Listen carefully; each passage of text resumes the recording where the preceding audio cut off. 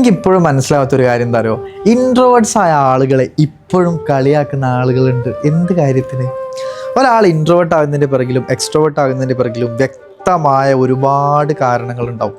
ജനിച്ചു വീഴുമ്പോൾ തന്നെ ആരും ഇൻട്രോവേർട്സ് ആയിട്ട് ജനിക്കുന്നില്ലല്ലോ, എക്സ്ട്രോവേർട്സ് ആയിട്ടും ജനിക്കുന്നില്ല.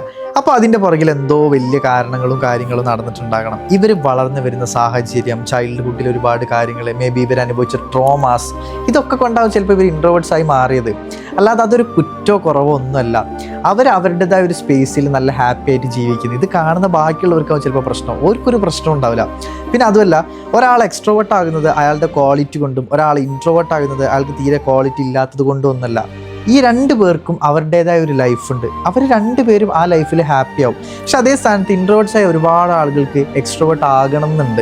അതേപോലെ എക്സ്ട്രോവേർട്ടായ ഒരുപാട് ആളുകൾ പിന്നെ ആഗ്രഹിക്കുന്ന ഒരു കാര്യമാണ്, ഒരു പ്രൈവറ്റ് സ്പേസ് വേണം, ഇത്രയ്ക്ക് എല്ലാവരോടും കമ്പനി ആവണ്ട, അല്ലെങ്കിൽ ഇത്രയ്ക്ക് എല്ലാവരോടും ഓപ്പൺ ആവണ്ടെന്നൊക്കെ. ഇത് രണ്ട് കൂട്ടരും ചിന്തിക്കാറുണ്ട്. എല്ലാവരും അല്ല, ബട്ട് കുറച്ച് പേരെങ്കിലും ചിന്തിക്കാറുണ്ട്. നമ്മൾ മനസ്സിലാക്കേണ്ട ഒരു കാര്യം, ഇങ്ങനെയുള്ള ആളുകൾ നമ്മൾ കുറ്റപ്പെടുത്താനും കളിയാക്കാനും ഒന്നും നിൽക്കേണ്ട യാതൊരു കാര്യമില്ല. അത് അവരുടെ ഹാപ്പിനെസ്സിൽ അവർ ജീവിക്കുന്നു. അത് അവരുടെ ചോയ്സാണ്, അവരുടെ ലൈഫാണ്.